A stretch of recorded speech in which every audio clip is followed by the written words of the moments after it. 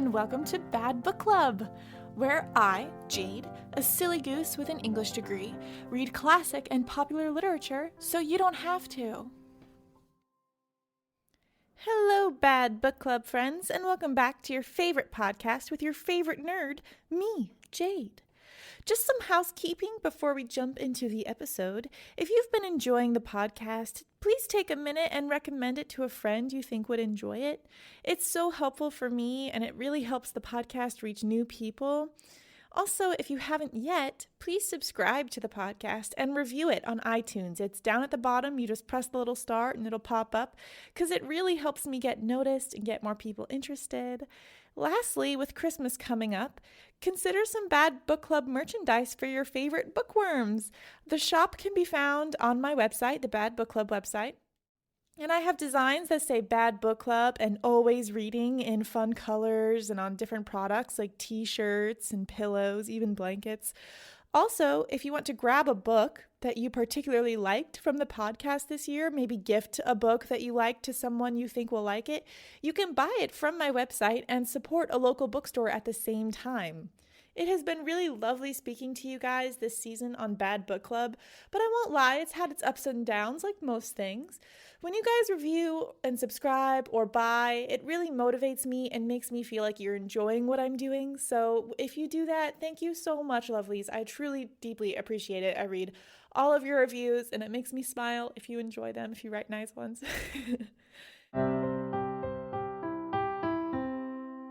Anyway, let's jump right into it and talk about the book for this week, which is Little Women by Louisa May Alcott. Let's start with some fun facts. It was published in 1868, and it was an instant bestseller. Despite this, Louisa actually did not want to write this book.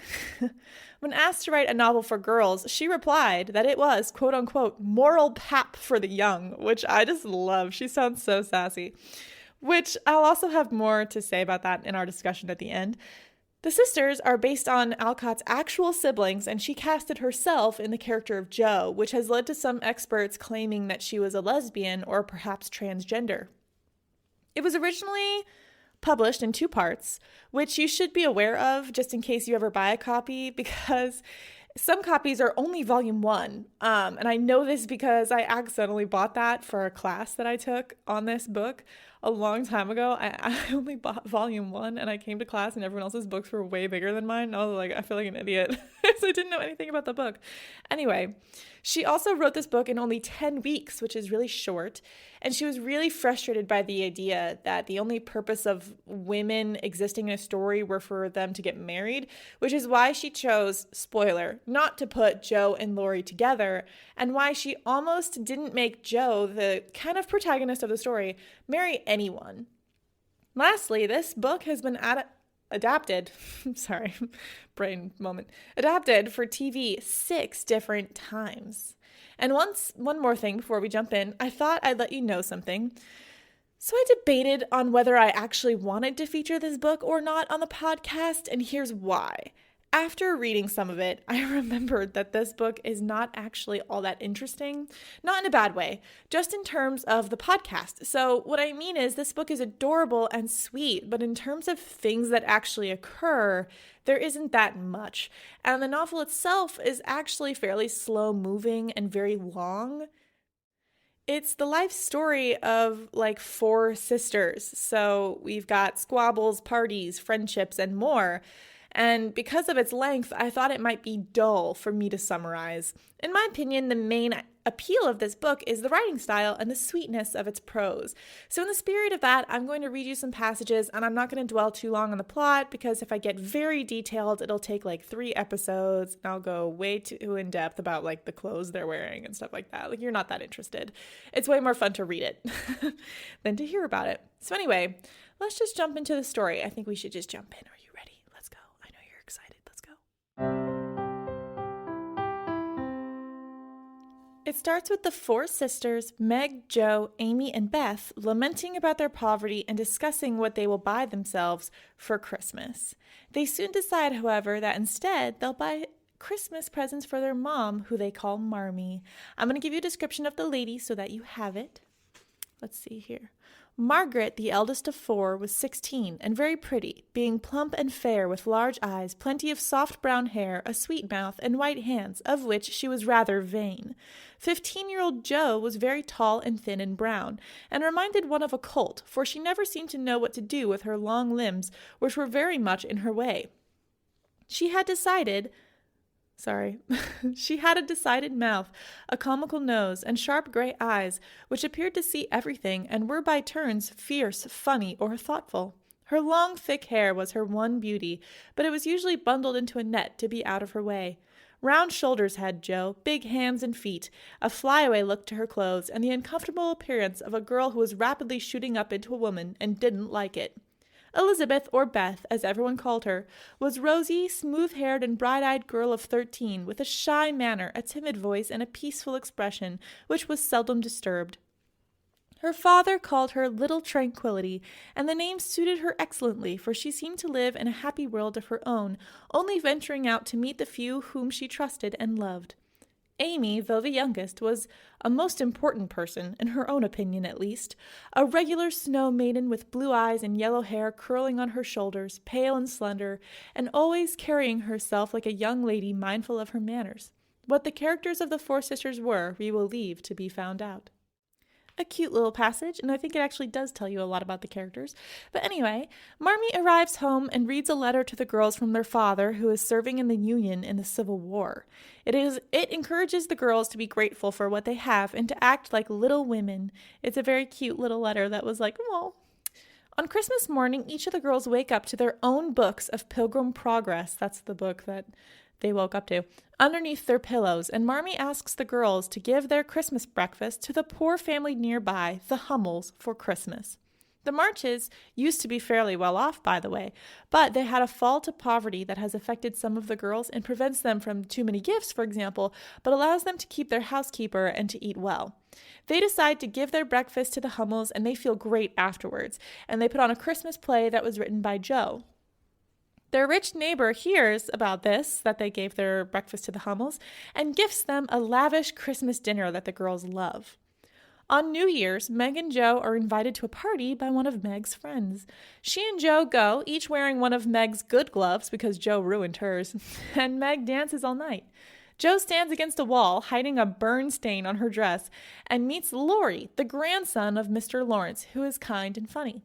When Meg sprains her ankle, Laurie gives them a ride home in his carriage, since they cannot afford one. Jo visits Laurie once when he is sick in his luxurious home, and she meets his grandfather, who she accidentally insults, but he likes her spunk, so it's fine. Soon all the girls get to know Mr. Lawrence, and he especially likes Beth, who he gifts a piano because she loves to play piano.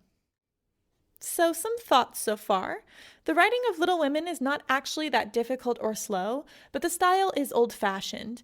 So we get a sort of meandering third-person omniscient with the narrator making their own comments, like that one, like, we'll let the character, decide it for you, whatever, reader. They speak to the reader. It reminds me of Jane Austen's work, but her work doesn't jump so much from person to person, usually anyway.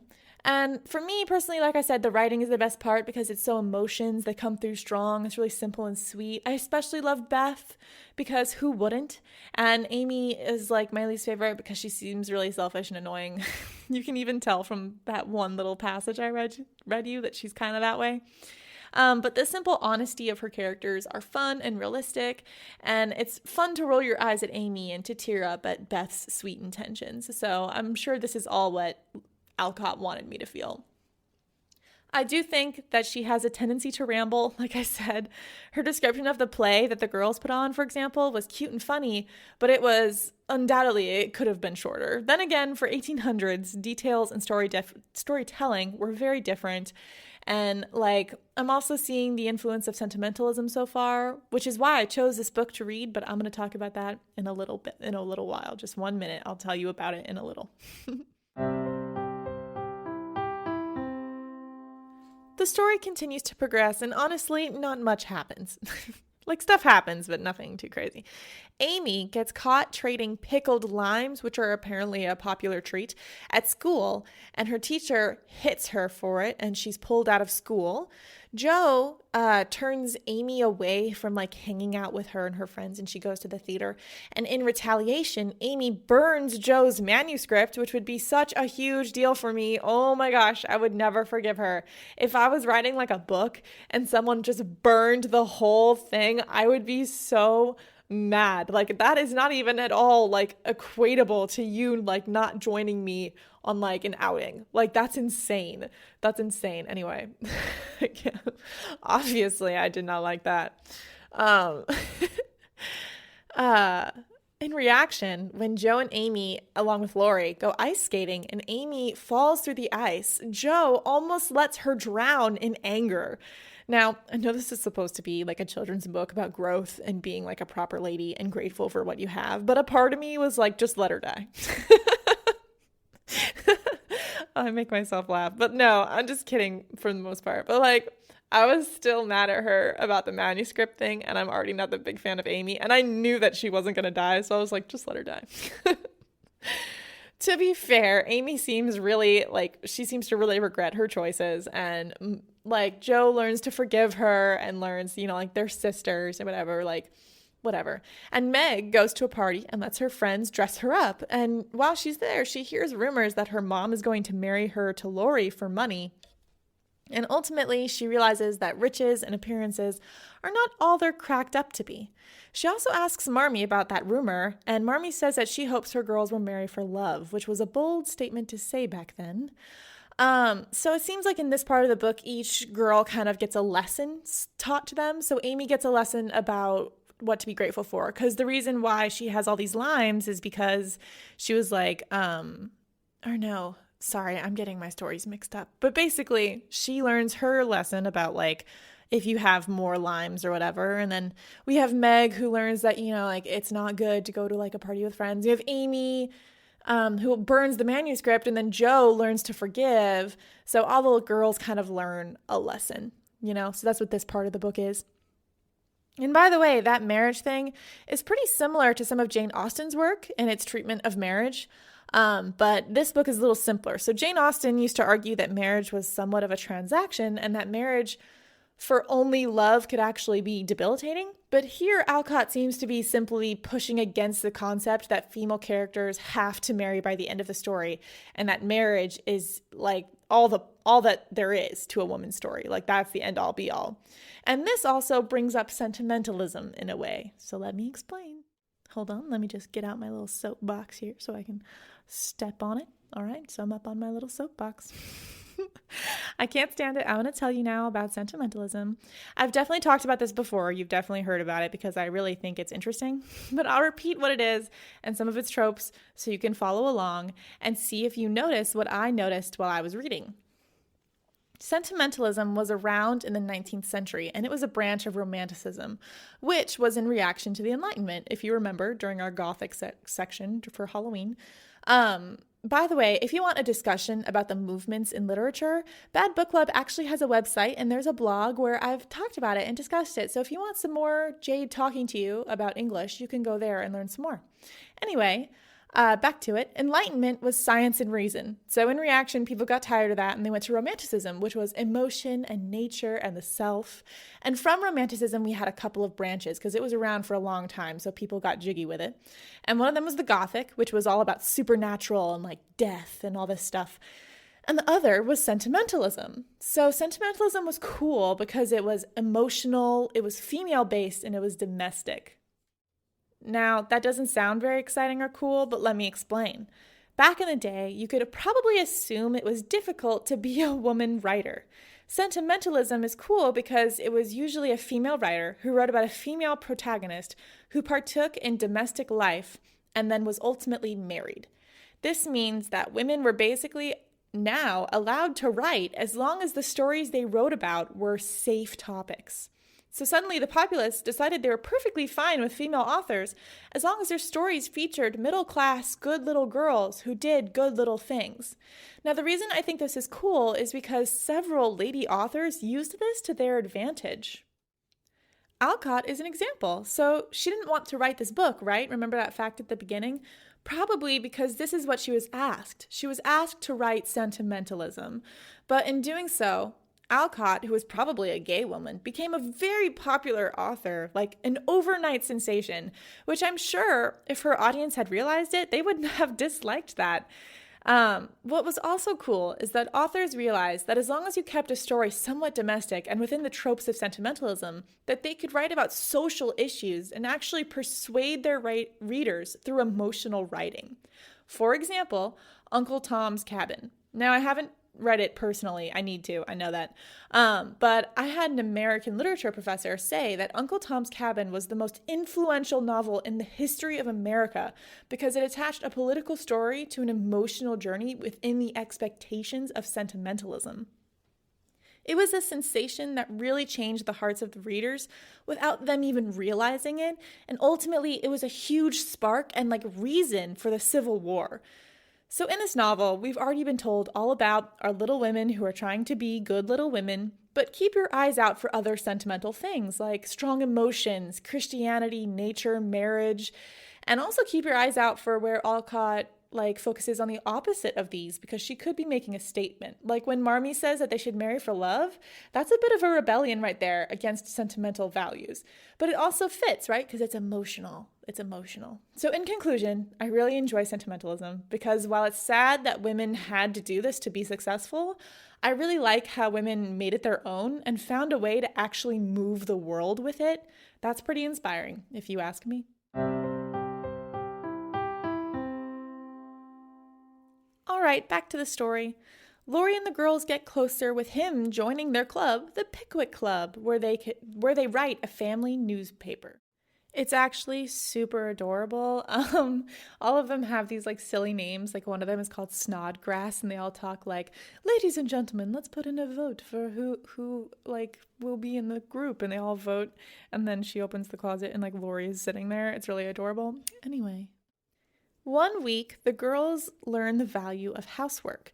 They all get lazy, and so Marmee and Mrs. Hannah, the servant, join in, and the girls are forced to notice their laziness and how bad the house gets, and they even make dinner one night, but they ruin it. But they laugh while they're doing it, and they ultimately learn their lesson that all of them have to pitch in if they want to have a clean house and have everything be nice. It's a very cute little lesson.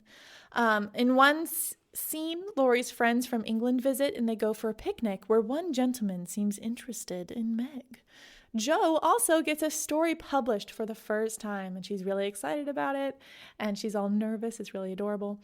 On another day, the Marshes receive a telegram and find out that their father is sick in the hospital. Marmee goes to see him, and Jo actually sells her hair to help fund the trip.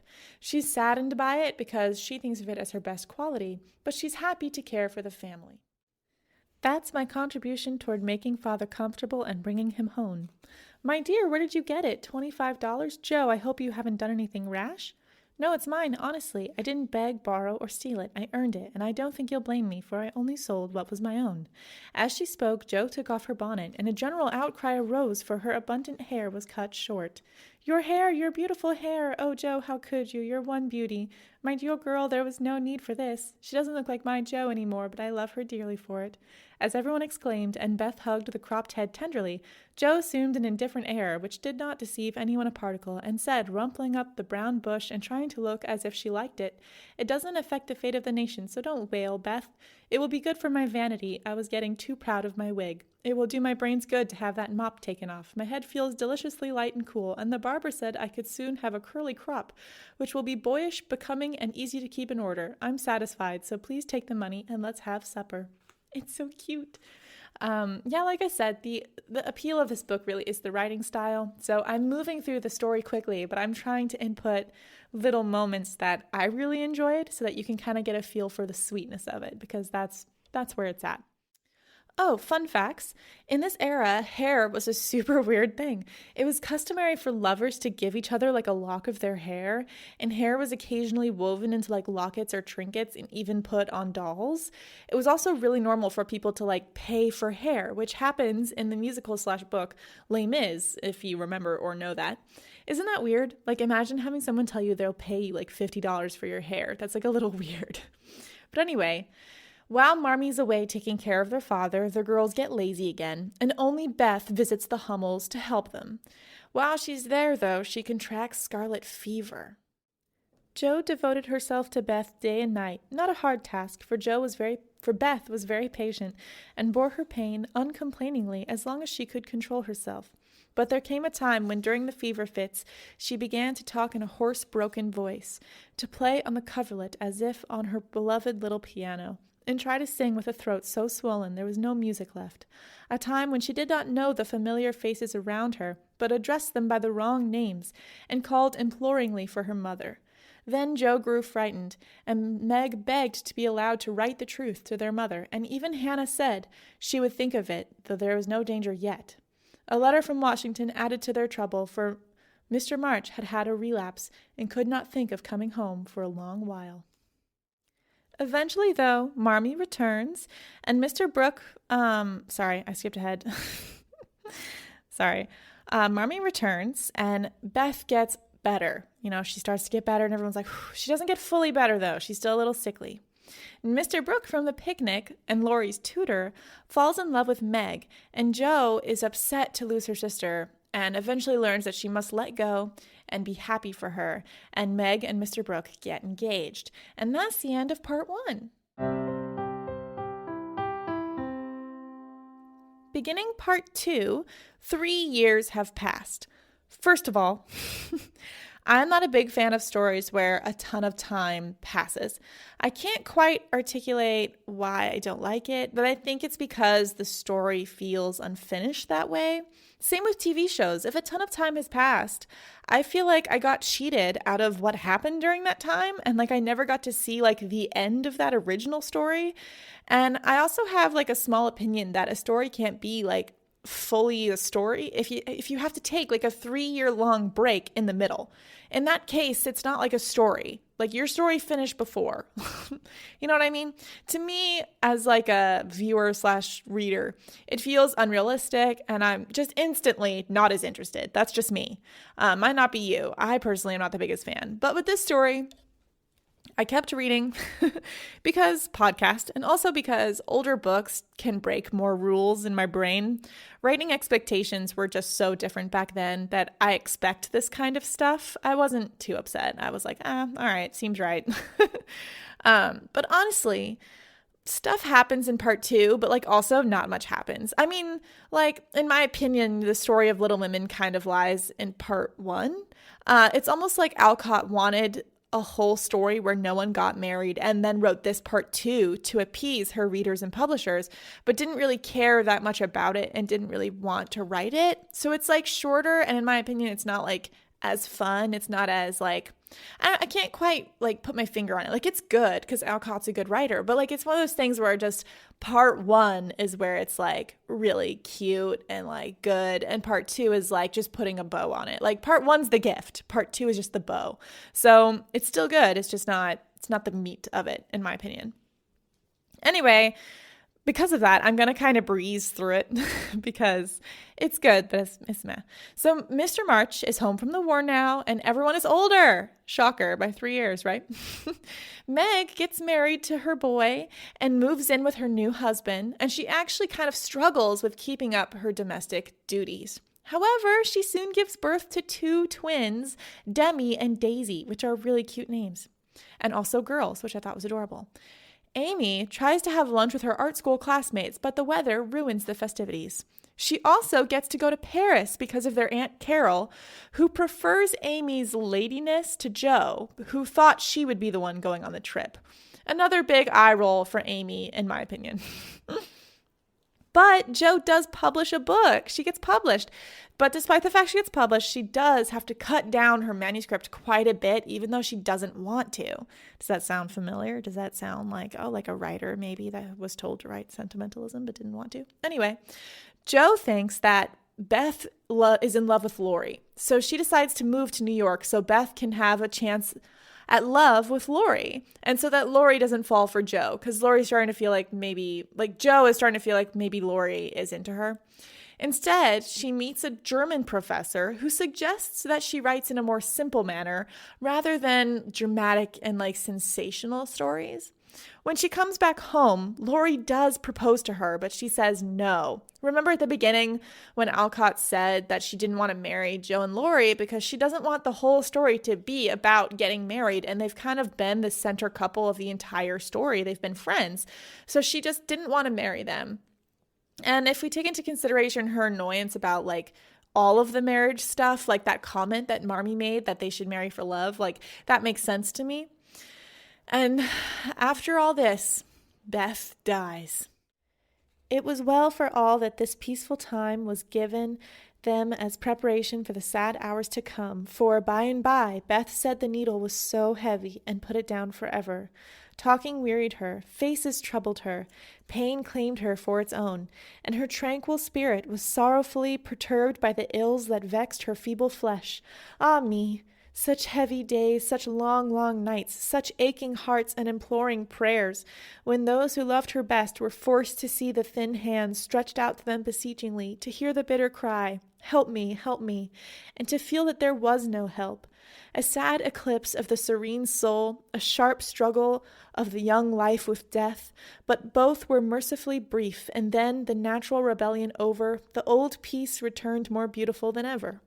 With the wreck of her frail body, Beth's soul grew strong, and though she said little, those about her felt that she was ready, saw that the first pilgrim called was likewise the fittest, and waited for her on the shore, trying to see the shining ones coming over to receive her when she crossed the river. Joe never left her for an hour since Beth had said, "I feel stronger when you are here." She slept on the couch in the room, waking often to renew the fire, to feed, lift, or wait upon the patient creature who seldom asked for anything and tried not to trouble. All day she haunted the room, jealous of any other nurse, and prouder of being chosen than of any honor her life ever brought her. Precious and helpful hours to Joe, for now her heart received the teaching that it needed. Lessons in patience were so sweetly taught her that she could not fail to learn them. Charity for all, the lovely spirit that can forgive and truly forget unkindness, the loyalty to duty that makes the hardest easy, and the sincere faith that fears nothing but trusts undoubtedly. And then I've skipped a couple pages later, just saying. So the spring days came and went, the sky grew clearer, the earth greener, the flowers were up fair and early, and the birds came back in time to say goodbye to Beth, who, like a tired but trustful child, clung to the hands that had led her all her life, as father and mother guided her tenderly through the valley of the shadow and gave her up to God. Seldom except in books do the dying utter memorable words, see visions, or depart with beautified countenances. And most the end comes as naturally and simply as sleep. As Beth had hoped, the tide went out easily, and in the dark hour before the dawn, on the bosom where she had drawn her first breath, she quietly drew her last, with no farewell, but one loving look, one little sigh. With tears and prayers and tender hands, mother and sisters made her ready for the long sleep that pain would never mar again, seeing with grateful eyes the beautiful serenity that soon replaced the pathetic patience that had wrung their hearts so long, and feeling the reverent joy that to their darling death was a benignant angel. Just realized I've only read that. Not a phantom full of dread. When morning came, from the first time in many months the fire was out, Joe's place was empty, and the room was very still. But a bird sang blithely on a budding bough close by, the snowdrops blossomed freshly at the window, and the spring sunshine streamed in like a benediction over the placid face upon the pillow, a face so full of painless peace that those who loved it best smiled through their tears and thanked God that Beth was well at last. Aww. So I know that's a long excerpt, but I wanted to read you those two little passages because I thought they were really cute. And the English major in me really liked the fact that snowdrops were there because despite the fact that it's spring, snow means death. And so snowdrops were mentioned. And I was like, ooh, snow. Anyway. So kill your darlings, I guess. This is a story obviously meant to tug at your heartstrings. And that's done a ton of different ways. Anyway, the story continues somehow, and in Paris, Amy and Laurie kind of get together, and they fall in love, and they get married. Another thing that Amy has stolen from Joe, but whatever. I don't really like her, but that's why she's fun to read, because she's kind of like our only version of an antagonist in a way. And it's only because she's like a little vain and selfish, but like she's not a bad person. She's good. She's fine. But she and Lori do have a daughter, and they name her Beth, which is super sweet. Even Amy grows up, you guys.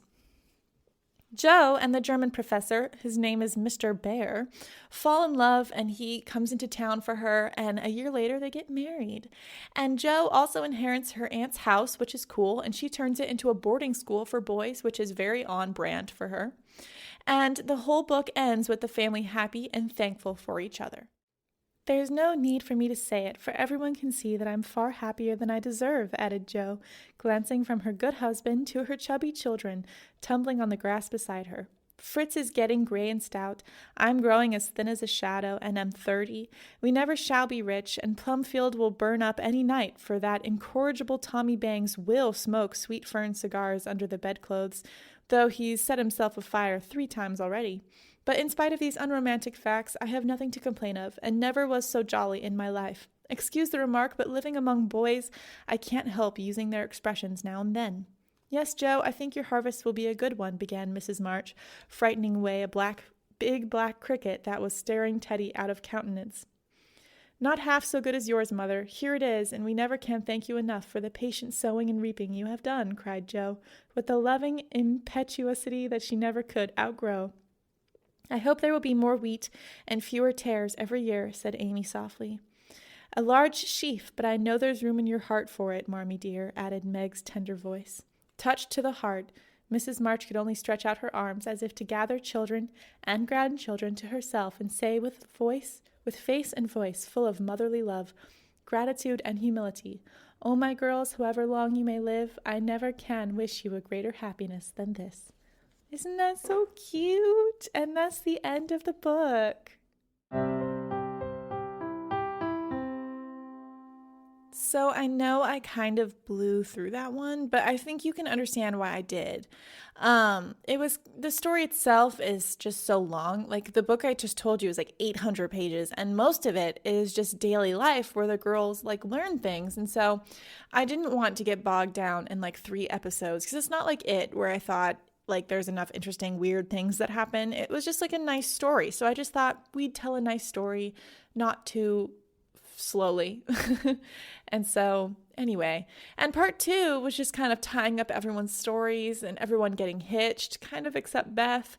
It would make sense that Alcott put this into its own section, because I could see her like pretending that this wasn't a part of the actual story. Like it was like an optional ending so that people wouldn't be upset or think that she caused a stir by not marrying everyone off. It's like almost a disclaimer though at the very end. Even though Beth does die, I think that is pretty interesting. The book, of course, is meant to tug at our hearts, but it's also supposed to teach all girls a lesson about what they should be grateful for and how they should be grateful for what they have. But it's also a message, I think, that the most domestic and the most good little girl and the most sentimental daughter is the one who dies. Like, that can't be a coincidence that Beth is the one who dies. So, again, this is a way to include the sentimentalist tropes in the novel, like being domestic, being a good little girl, while at the same time putting them down. So Meg isn't good at housework. Jo is different just by being herself. Amy obviously struggles with like positive feelings, and Beth is the only perfect girl in terms of what sentimentalism is, and yet she's the one that's killed off. On that same vein in general, is there anything that like you noticed that was sentimental about the novel or things that Alcott rebelled against? Because definitely let me know. But in terms, for me, what I found, in terms of what she followed, each girl learns how to be a good little woman, of course. The title is Little Women. But they learn to be domestic and they learn how to follow like classic gender roles. Each girl gets married, even Jo. There are themes of middle class, like poverty. Money's definitely present with the Hummels and the Marches Fall from Grace themselves. We've got classic romantic things like nature. You know, like there's rain on Amy's lunch and there's picnics and there's a focus on like the self and emotion that's usually in romanticism. There's the rewarding the girls with a feast whenever they're altruistic and give their breakfast to another family. there's a lot of encouragement for betterment and kindness. But then again, the things that Alcott does are surprising, like the things that she does that are against sentimentalism would be basically the character of Jo. She's the big one. Jo would have been a really strange and shocking character back then, and she does a lot of questionable things, like cutting off her hair. That's insane. Alcott makes this like an acceptable thing because she punishes the character in some ways. Jo's manuscript gets burned. She cuts her hair and she's sad about it. Amy's the one who marries Laurie. And eventually Jo does end up married to a man. So all the conservative readers at the time could say, oh, it's fine, she got married, and when she was strange, bad things happened. Even her last bit at the end, she says, like, I'm happy, but no doubt the building my boy, whatever it is, boarding school is going to burn down soon. Like, characters have to know that if there's a woman who's not sentimental like Jo, that she's going to be punished for it. Otherwise, they just won't accept her. They can't have someone like Jo thrive because it's just not okay in their society. You know, it just wasn't all right. It's just crazy. Anyway, I just can't wrap my mind about it. And like we discussed, the one character who is like the pinnacle of the sentimental protagonist, she dies. With some proper evidence that I don't feel like digging up for you right now, I could stretch that to mean that Alcott is arguing that being the perfect sentimental woman is impossible. She could be arguing that no woman can be that soft, pretty, perfect, humble, domestic, and selfless all the time. I feel like that's a believable argument, you know, since she killed that character. She literally said, oh, here's your perfect protagonist, dead. And she made all the other girls who are kind of not great at being perfect sentimental girls and made them thrive. So, you know, I just think it's interesting. In terms of my thoughts in general about the novel, I enjoyed it more than I thought I would. It's slow moving, but it's so enjoyable, and there are so many moments that made me cry. So it's one of those that really, like, it's so emotional. It's called Sentimentalism, so it's supposed to be sentimental. And I find that old books, while they're not always my favorite, only because writing styles are so different, and usually the writing's kind of archaic, and I'm just not as enthralled as I could be, I found that this book did a pretty good job because, well, it's not that like interesting. It's so cute and sweet, you know? And on the other hand, I think it's these novels, despite them being a little slower, that teach the most about English, the subject, as well as literature as a whole, because I don't think you'll find out anything new or super interesting from things that were written 2 years ago. I mean, you'll find like new writing styles, like new methodologies, new topics, but you won't find out too much about the time that we're in because we already know the time we're in. And you won't be able to teach yourself much about like the literary movements because we're in our own literary movement at the moment. We still don't know quite what it is. It's still being formed. So it's these old books that have the most to teach you if you're a nerd like me. In terms, again, of what I loved, I really liked Beth. I really liked the characters. I loved Marmee. I loved hating and loving the characters. I liked their spats and their squabbles. I found I was really, really enthralled by that. I was like on the edge of my seat. I don't watch The Bachelorette or The Bachelor, but I feel like it'd be like that. Like I was reading like reality TV, but the 1800s version, and it was really funny. It was really enjoyable. It was super heartwarming. It was super Christmas appropriate. Some of the things that I wasn't the biggest fan of, I'm not the biggest fan of overly detailed prose, and I don't need to know like every small thing. My brain, just as a person, tends to shut down when I'm not being given enough like interesting information, or if we spend too long on a topic that doesn't feel related. So sometimes I struggle with old books now and then because they used to include like every single moment, and sometimes you just don't need it because this is like a lot of years of these girls' lives. I don't need every moment. But I liked the characters enough that it was okay and that I can keep reading and just kind of like skim through the parts that I don't care about that much. I'm making this book sound not very interesting, which is not what I mean to do. It's just that this is one of those books like The Secret Garden that I think is just really cute and heartwarming and like nice to read in general. And I think the most interesting thing about it is sentimentalism. So in terms of analysis, I don't have too much to say because there aren't that many things to go on other than that. They just kind of get older, which is going to be like my last conversation piece. What else can we speak about? The themes of the novel, all of them coincide with like growing and being good people and being good ladies. There's the value of work within the home and outside the home. There's the theme of supporting their country and working for their country, like Mr. March. There's illness, of course, because Mr. March gets sick and Beth gets sick. There's kindness for others below your station. So that happens with the Marches and the Hummels, but it also happens with Mr. Lawrence and the Marches, because he gives them like lots of stuff. Like kindness to people below your station benefits you. There's also the idea of like gender norms, because she messes with that with Joe, obviously, but she also messes with that with Lori, because Lori itself is kind of a girly name. If I was to tell you the story and you didn't have any idea who these people are and I started naming them, I'm sure you would assume that when I say Lori, I mean a sister, not Joe. So, and he's like somewhat girly because he gets along with all the girls, you know? So Alcott also explores all the things that females can be. There's Meg, who's like wifely and maternal. There's Amy and Beth, who are artsy. And there's someone professional like Joe and like duty bound like Joe. And Beth, by the way, I know she said she's artsy, but she's also all these things. Beth is the only one who has more than one quality. Like they all have good qualities, but Beth has it all. She's domestic at the home. She does her duty at home. She's artsy. She's maternal. Like she works for her family and her household. Beth is the sentimental woman, you know?